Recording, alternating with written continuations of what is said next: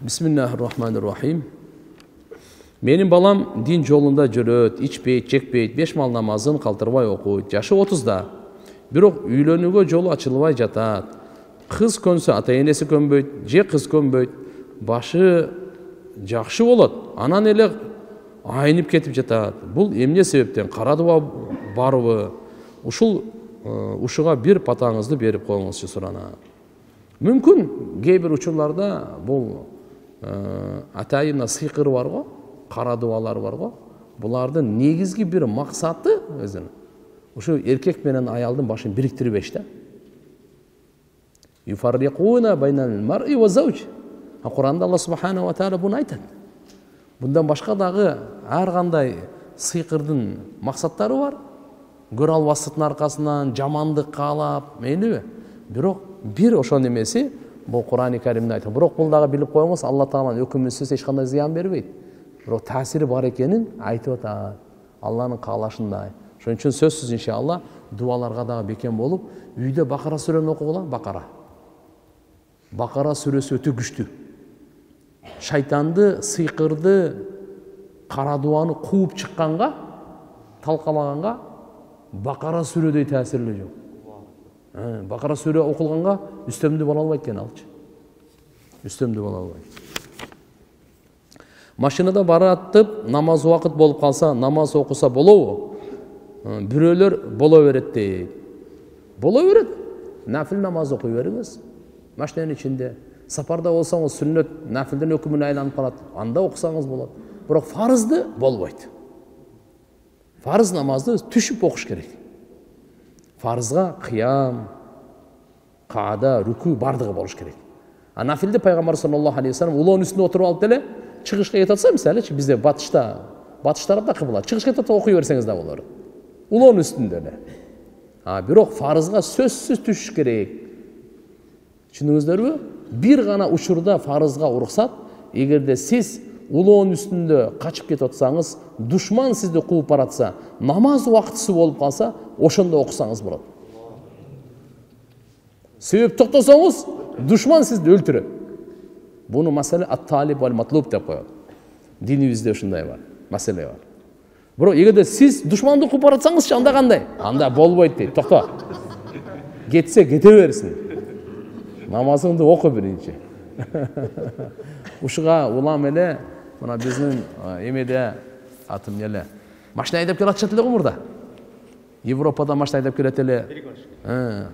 Мына Россияда, Казакстанда жолдордо мафия, рекет, бир баракат дегендердин бардыгы чыга калып, жолдон ушундай кылып аркасынан кууп түшөт эле да. Каракчыларчы. Азыр Кудайга шүгүр, Алла Таалам алхамдулилля, бир амандык мындай чөйрө берип, андай азайды. Мурун ушундай эле го бир 90-чы, 2000-чы жылдардын тегереги ушулардын бардыгында адамдар жырткыч эле. Азыр анча жакшы болуп калды. Аркасынан келип эле өлтүрүп коюп, машинесин алып кетип алып, акчасын да алып кетип алып. Тооба кылды. Мындай окуялар көп катталган. Кандай болгон чакта дагы ошондой учурда айдап кеткенсе, токтотпой айдаш керек, тамыла деп суроолор келген да. Кандай кылабыз? Арка жактан келип калат, немеден көрүп турасың дейт. Токтобой келатат дейт да. Bunday учурлар бар, ушундай. Болду, ошондо машинанын ичинде намаз окуй берсе болот. Бирок үйгө жеткенден кийин кайра кайталап аласың. Эмне кылып аласың? Кайталап аласың. Биз 6 кызбыз, бир уулубуз, укам, жаш кичинебиз. Ата-энеме кантип жардам берсем болот? Ата-энем кыйналып кетти. Биз кыздар жардам бере албайт экенбиз. Баарыбыз турмуштабыз. Ата-энемди ойлоп сагынам. Атам 60 жашта болсо да Москвада иштейт. Аллаху акбар. Иншалла, жок мындай туугандар. Кыздар дагы ата-энесине кызмат кылуу милдеттүү тууган. Ошон үчүн эгерде кыз бала ата-энеме ооруп атат, же болбосо зыярат кылайын, барып келейин десе, күйөөсү тосконго акысы жок, билип коем. Наоборот, ошого иншалла туганчылык болот, сооп болот, береке болот, өмүрүңөргө алхамдулилля бакыт берилет. Чогуу барып кызмат кылып койгула. Кабар алып койгула. Ошон үчүн иншалла карап туруп мына жердеги кыздар кыз бала деле кызмат кылса болот. 6 кыз экенсиңер, кезек менен мейлі ушу жумада бирөөңөр барла, кийинки жумада дагы бирөө барсын, кийинки жума бирөөнүн мойнуна эле коюп койсоңор дагы оорураак болуп калат. Анан бул күйөөсү дагы айтат, сен кайра эле айта бересиңби депчи. Биякта бала чаңалгаң турат, тиричилигиң турат деп. Бирок убакыт бөлүп иштек эмес, мисалы барып кийимдерин жууп келди, же болбосо нанын пышырып алып барып берип койду, үйүндө эле пышырып барып тезирээк келе турган. Акылдуулук менен ишти алып барса болот да. Ошол жерде бул жерде аялдар да аша чаппаш керек. Барып алып ошол жакта эле калып калып эле анан кийин өзүнүн үйүн таштап коюп эле күйөөсү менен да келишпей да бир нерсе болуп кетпесин, шайтан аралап. Түшүнөсүңөрбү? Бирок ошол эле кезде кийимдерди алып келсин, ол үйүндө эмес, үйүнө алып келтирип эле жуусун спокойно эле. Жашнакка үтүктөп алып барып берип койсун. Же болбосо азгында тамак жасап алып барып берип койсун. Тиякта тамак жасап, тияктан 3 саат 4 саат кеткенден көрө барып жарым сааттын ичинде алып келет, үйүндө эле жасап берип коет. Бир ок менен экөө бардыгы нормально. Кызмат дагы болот, сооп дагы болот, күйөөсү менен дагы мамилеси жакшы, үйүндө дагы береке. Досум Питерде иштейт. Гинекологко көрүнүш керек экен. Орусчаны жакшы билбеген үчүн кыргыз киши бар дейт. Ошого барсам болобу дейт. Орус кыз врач бар экен, ал башка шаарда очередь документ жасаш керек дейт. Алла разы болсун. Жок, гинеколог аялдар гана болуш керек экен. Уролог? Жок, гинеколог дейт. Да? Мүмкүн кыз бала жазган эмеси муну? Орус кыз врач бар экен дейт, бирок башка, а бул кыз экен, аял экен. Ошо чечилген гинеколог тура эле. Демек кандай аялдарга көрүнүш керек. Гинеколог маселесинде мейли узагыракта болобу, башкаракта болобу. Ассаламу алейкум, Яжуж Мажуж жөнүндө айтып бериңчи, Даджал жөнүндө дагы дейт. Яжуж Мажуж бул кыяматтын чоң белгилеринин бири. Иса пайгамбар келгенден кийин анан келет бул. Бирок Иса пайгамбар алсыз болот булар менен, кармашканга күчү жетпей калат. Иса пайгамбар Даджалды жөн эле өлтүрөт. Талкалайт аны. Даджалдын артынан ээрчигендерин кошо талкалайт бардыгын. Алла ошондой күч берген. Ошо Даджал пайгамбар саллаллаху алейхи ва саллям айткан мындай деген. Менен мурунку пайгамбарлардын баары Даджалдан үммөтүн эскертип коркуткан. Нух пайгамбар дагы айткан, үммөтүнө айткан, кыяматка жакын Даджал деген келет, кудайлыкка доо кылган деп коркуткан. Бирок мен мурунку пайгамбарлар айтпаган бир нерсени силерге айтып коеюн, билип койгула, Даджал көзү кыйшык болот, Алла кыйшык эмес деп коет да. Авар деп коет мунучу.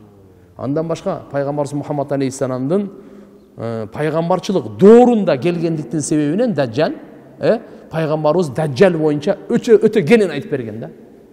Качан чыгат, эмне болот, кандай болот, эмне иштерди кылат, канча күн турат, кандай азгырат, кимди кандай өлтүрөт, өзү кандай өлөт, кайсыл жерлерге барат, кандай азгырыктарды таштайт, ушулардын бардыгын кенен пайгамбар саллаллаху алейхи ва саллям айтып берген. Ага буга чейинки сабактар бар, YouTube'дан карасаңыз, иншалла кенен сабак табасыз. Даджалы дагы, Яжуж Мажужу дагы. Яжуж Мажуж Даджал өлгөндөн кийин келет. Иса пайгамбар Даджалды өлтүрүп, уже бардыгын адилеттүүлүктү орнотуп, Курандын бардыгын алхамдулилlah хадислик өкүмдөрүн жүргүзүп, өтө берекелүү болуп, бир анарды, бир уруу жеп дагы курсак тойбой турган доор келет тугандар. Түшүндүңүздөрбү? Канча анарды? Бир камазды эмес, бир эле анарды.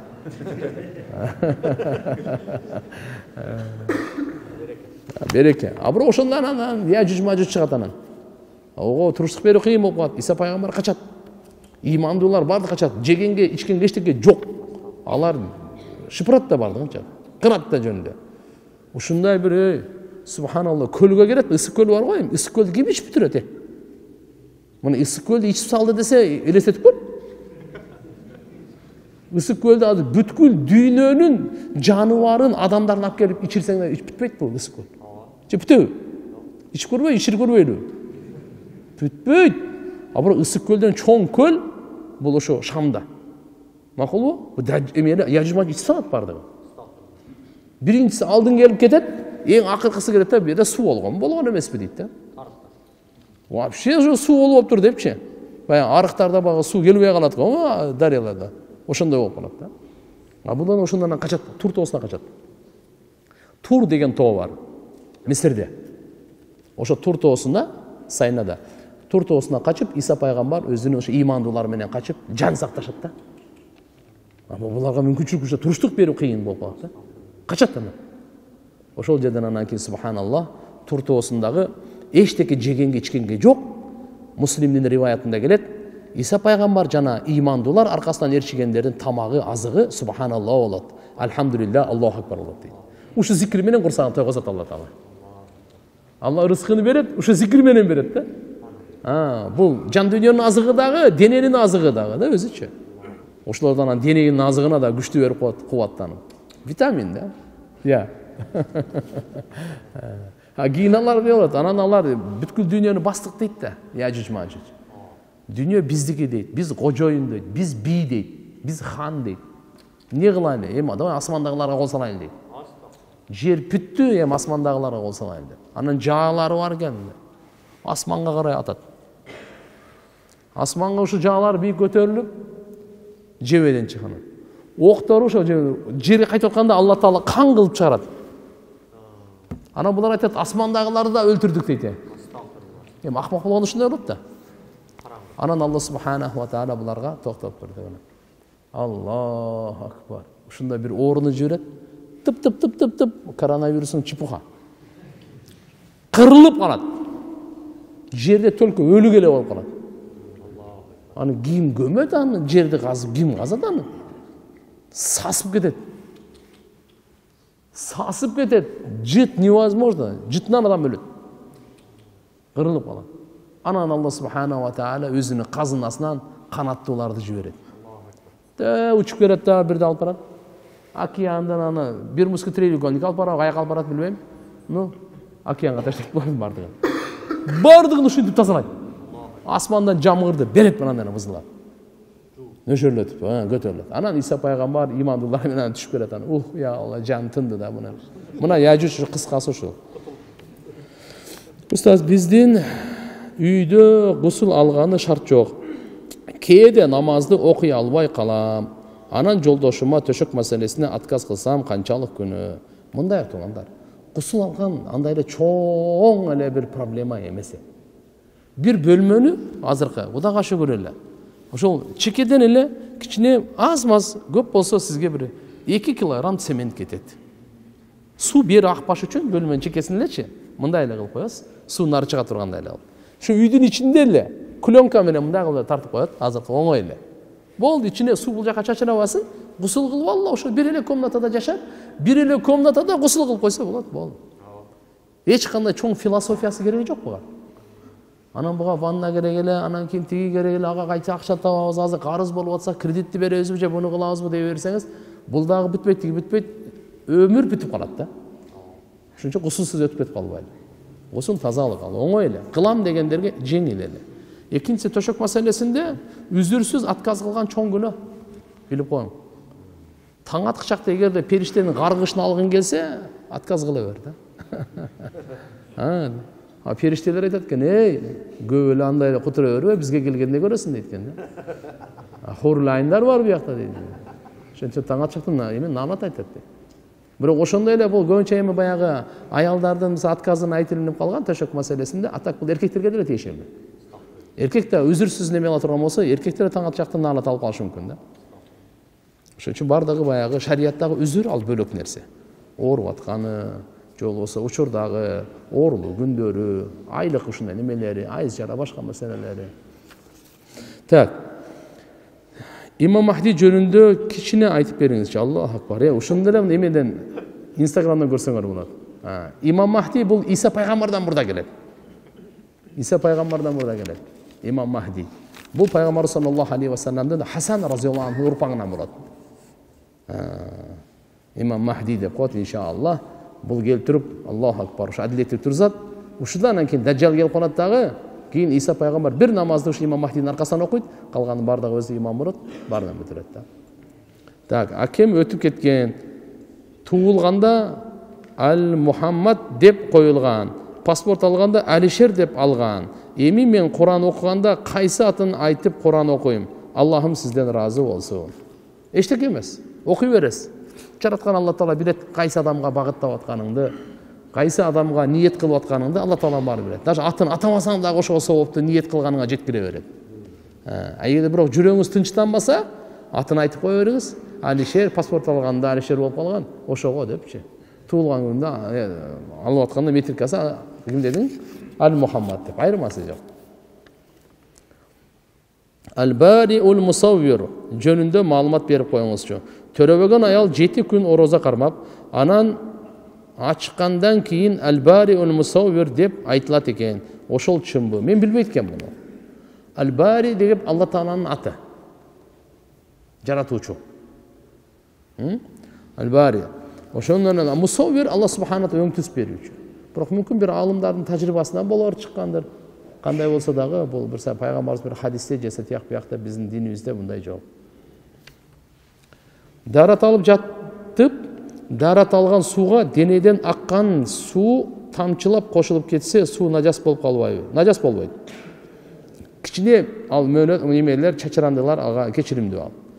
Дарат алып жатканда бутту жууп жатып, бир бутту жуугандан кийин аны кургатып, носкини кийип, кайра башка бутту да ушундай кылып жууса болобу? Макру эмеспи? Бизде даратта мындай туугандар. Даратта фарз, анан сүннөт, важип жок да? Бисмилла. Даратты өзү бир мүчөнү жуугандан кийин ушуну кургатпастан туруп экинчисini жууп калыш керек. Бул кургатпастан туруп үчүнчүнү. Үчүнчү кургатпастан туруп бутту. Эгерде кургап калса, ушунча убакыт өттү. Канча мисалы карадык бир 2 мүнөттө уже кургап калат. Бир нерсе мен кургаткан жоксуз. Жөн турганда эле кургап калат да. Где-то бир 2 мүнөт, 3 мүнөттө. Анда уже дарат болбой калат, кайра баштан алыш керек. А бир кичине убакыт боло турган болсо, эчтеке эмес. Кээ бирлери даратталат дагы путту үйүнө киргенде жууйт. Же болбосо далдоо жерге келип отуруп жууйт да. Ошол мөөнөт кээде шамал болот, шамалды эске албайт. Шамалда тез кургайт да. Жөнөкөй орто учурда ошо кургаганга канча мөөнөт кетет. Ошончо мөөнөт эгерде бир мүчөнү жууп, экинчи мүчөнүн ортосунда убакыт болуп кала турган болсо, дарат жакшы болбойт да. Кайра баштан. Бул татабук биринин аркасынан бири улантып кетиш керек. Бирок азыркында бир бутты жууп, кийип, арчып алып, экинчи бутты жуусаңыз боло берет. Эчтеке эмес. Макулбу? Денеден кан токтобой акырындык менен ага берсе, ошол жерге бир нерсени коюп, жаап салып, даратты толук алып, намаз окуй берсе болобу? Ушул киши үзүрлүү кишилердин катарына болобу? Деги эле канча мүнөт кан токтобосо адам үзүрлүү болуп эсептелинет. Болот мына сиз айтып аткан азыркында. Кан токтобой кайра эле чыгып атабы? Ошол жерде жабаттагы бинт бир жер кесилип кетти, же улак чаап да бир нерсе болуп кетти.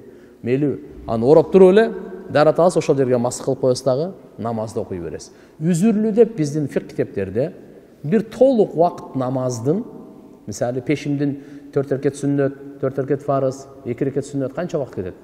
Орточо окусаңыз мүмкүн 10 мүнөт, 15 мүнөт кетер чыгар. Я. Ошончо убакытта 15 мүнөт сайын, минимум 15 мүнөт сайын пешим азыр канча? 12:55-те. Канчада батып атат? Асыргы убакыт берип калып атат 3:47-деби? Примерно ошончо да. Ошол ар бир 15 мүнөт сайын кан агып турса, ошо үзүрлүү болот. Эгерде бир жолу кан акты, андан кийин жарым сааттан кийин бир кан акты, ол үзүрлүү болбой калат уже. Түшүнүңүздөрбү? Үзүрлүү болуш үчүн түшүнүп алыңыздар маселени. Бир намаздын ичинде, бир намазды пешимден асырга чейин, асырдан шамга чейин айырмасы жок. Ушу бир намаз убактысынын ичинде бир толук убакыт намаздагы даратсыз өтүп калыш керек да. То есть толук убакыт намаз 15 мүнөт. Ар бир 15 мүнөт сайын жел чыгат, же зара чыгат, же кан чыгат, же ириң чыгат. Бул үзүрлүү. Биринчисинде ошол үзүрлүүнүн катарына тизмесине кириш үчүн ошондой. Эми кийинки намаз асырдан шамга чейин ошол бир эле чыкса, ошол үзүрлүү эмеси кармалып турат. Эсептеле берет.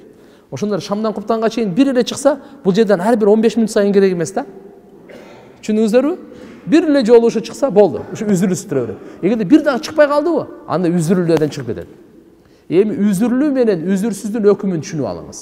Үзүрлүү адам бир дарат алат дагы ошол убакыттын ичинде канча намаз окуса окуй берет. Нафил намаз окуйбу, казасын окуйбу, Куранды окуйбу, макулбу? Ошо кан чыга берсе, үзүрлүү болсо деле, ал дараты бар деп эсептеле берет. Түшүнүктүбү? Үзүрүү жок адам кандай болуш керек? Ал кайрадан дарат алмаса болбойт деген сөз.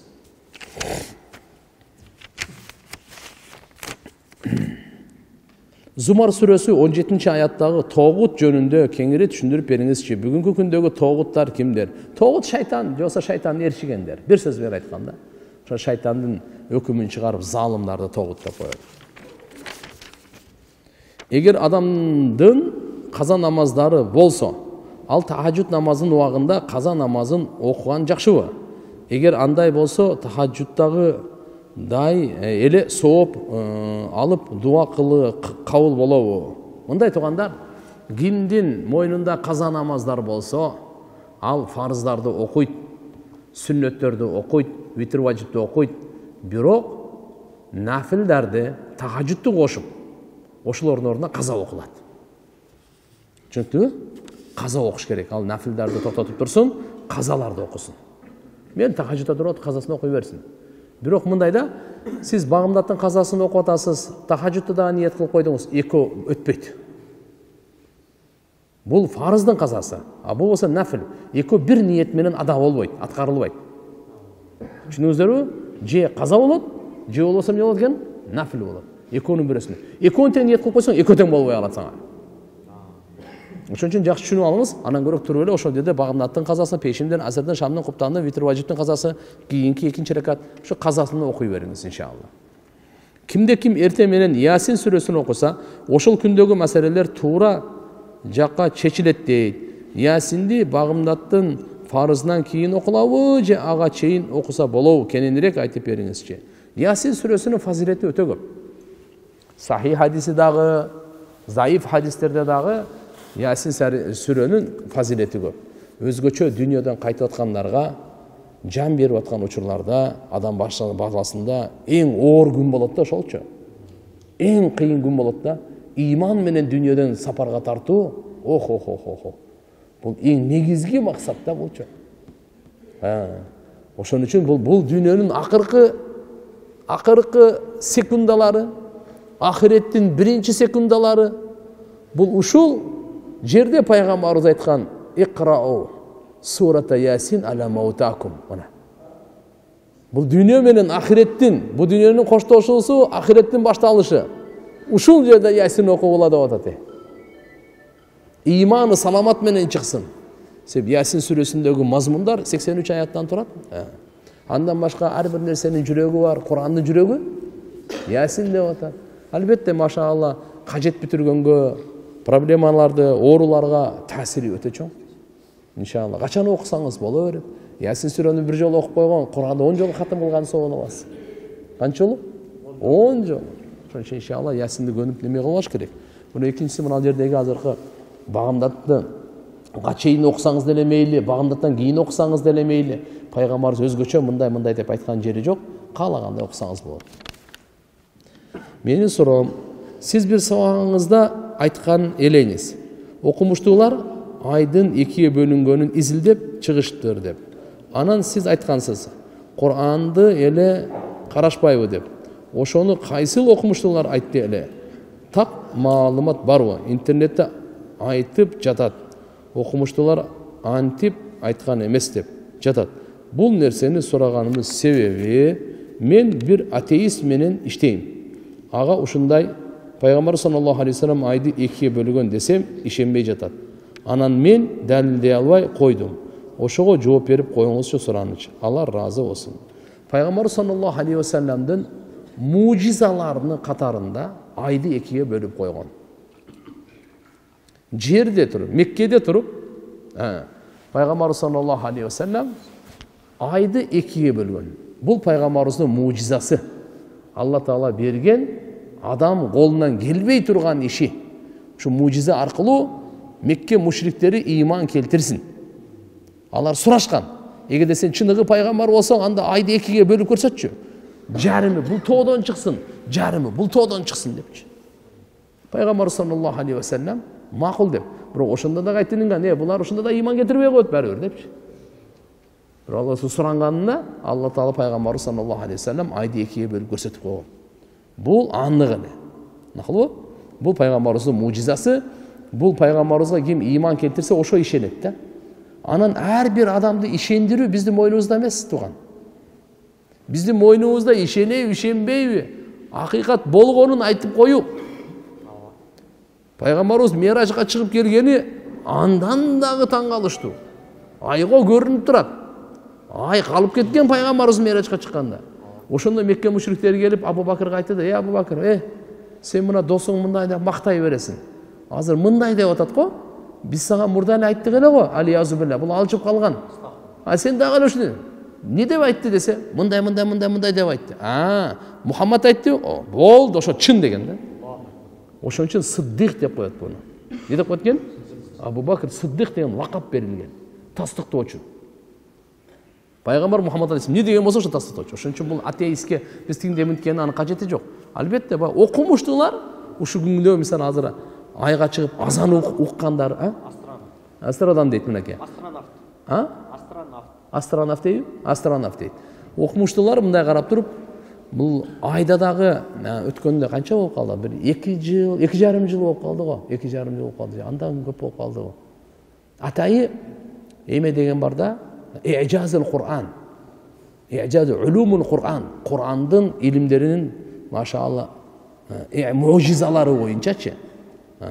Ошол киши көп жылдардан бери пайгамбар урпагынан болот. Шейх Абдулла Муслих деген Кыргызстанга келген, Бишкекке дагы, Ошто дагы 2 жерде анан кийин булар неме өткөргөн.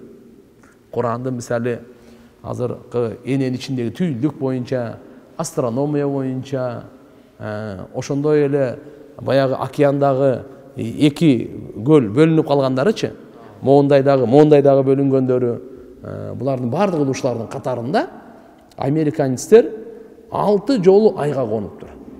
Айтууларында. 69-жылдан 72-жылга чейин. 6 жолу, 69-жылдан 72-жылга чейин. 6 жолу конуп, 6 жолу ошол эми көбүнчө бул америкалыктардын табияты ушундай экен да, бир нерсеге изилдегенге, аныктаганга ушуга аябай эме экен да булардыкы. Бул жакшы нерсе. Анан буларды топурактарын барып алып барган. Америкага барып анан кийин изилдөө өткөргөн. Лабораторияларынан тияк-бияк ар нерселерди кошуп, эми химияны билесиздер да. Ошондой кылып бардыгын ушул тиянакка келишкен. Бул айдагы ошо топурактагы бул бир убакта күл болгон экен. Бул жөнөкөй эле топурак эмес экен. Бул күйгөн нерсе экен. Жөнөкөй эле топурак эмес экен. Бул бир учурда күйүп турган экен. Кийин анан өчүрүлүп, бир канча кылым өткөндөн кийин ушу топурактай болуп калыптыр. Деп ушу тиянакка чыгып келген да. Анан Кур'ан-ы Каримде ушуну аят келип атат да. Биз айды дагы, күндү дагы, нурлуу, аларды экөөнү тең мындай күйө турган кылып жаратканбыз дейт Алла Таала. Ай дагы күйүп турат, күн дагы күйүп турат. Бирок күндүн күйгөнүн калтырдык дагы айдыкын өчүрүп койдук дейт да. Айдыкын эмне дейт? Ал күйүп турган ушундай эле. Азыркында мындай пламя болуп турбайбы? Күндүккөчү кудум айда ошентип күйүп турган. Анан ошо жалындап, анан оны өчүрүп койдук деп атат. Ошо өчүрүп койдук дегенге ушуга келип анан чыгышты да. Bundan başka da толтура, иншалла, bir uçur olat ko.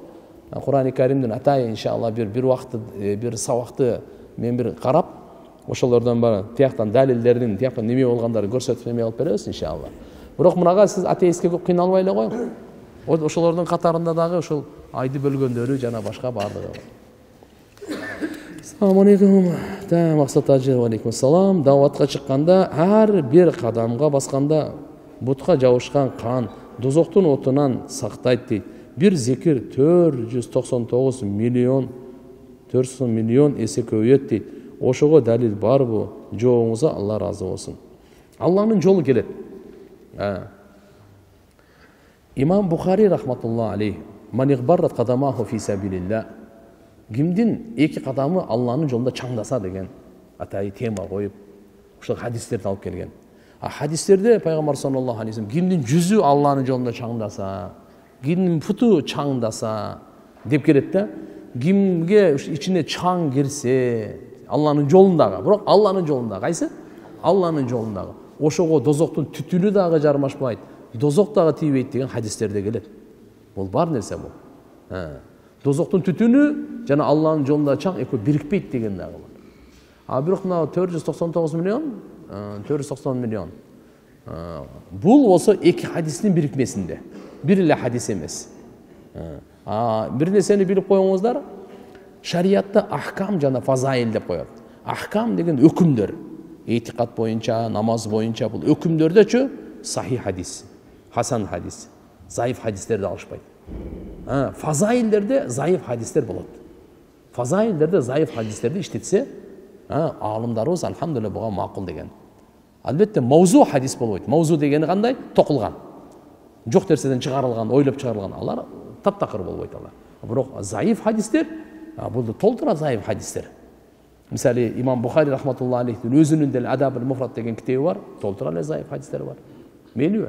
Ошондон башка дагы алхамдулилля мисалы канча деген хадис дегенде бир эле Бухаринин эмес туган хадис 300 хадис бар. Китеп канча? Биз окугандарыбыз өзүбүздөр көп деле окуган жокпуз да. Биз мына 2003-жылы ошол хадис илиминде хадисти окуп атканыбызда, бирок Бухаринин, Сахи Бухаринин башынан аягына чейин окудук устазыбыздан. Монона Жамшид рахматуллахи алейх. Баштан аягына чейин.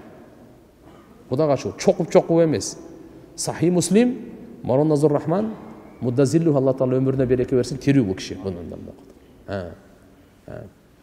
Ошондой эле мисалы Тирмизиден дагы азыркы устазыбыз алды тирүү, алхамдулилля баштан аягына чейин окуду. Ибн Мажа, Монона Абдурахман деген устазыбыз, Кудай рахматы мархум өтүп кетти, ошондон окуганбыз. Ушинтип алхамдулилля Абу Дауттан окуганбыз, Монона Ихсанул Хак мудан. Насаиди окудук, Муатта имам Мухаммадты окудук. Булар осынча бул киши имам Жавис өтүп кетти. Акырында 9 хадис китебин окудук да. Бул ушу бардык эле китеп деген эмес. Бул болсо Сихахи Ситта деп коет, 6 сахих хадистер деп китеби, көбүнчө. Атак ушу менен эле чектелбейт сахих хадистер. Bundan başka da sahih hadisler толтура. Ошон үчүн айтып атабыз, китептер туугандар канча? Бир эле Бухари менен чектелбейт, 300 хадис китеби толтурат. Имам Бухари рахматуллахи алейх 300 миң хадисти жат билген бул. Ошодон бир 7000дин тегеренде 7274 хадисти тандыр. Сахи Бухаридечи. Ал дагы кайталанганы менен ошо жасаны. Кыскасы айтканда, иншалла бул хадистер заиф хадистерден 2 хадис биригип туруп амал кылган хадис. Амал кылса болот, эч кандай нерсе жок. Жаназа намазда Фатиха окулабы жана көз кайсыл жерге карайт? Жаназа намазда бизде Ханафи мазхабта Фатиха эмес, биринчи сана. Жаназада 4 такбир бар. Канча такбир бар? 4 такбир бар. Имамга иктида кылабыз, мисалыча Аллаху акбар дедикпи, биринчи субханака Аллахумма окуйбуз. А башка мазхабта Шафии, Хамбалилер Фатиханы окушат.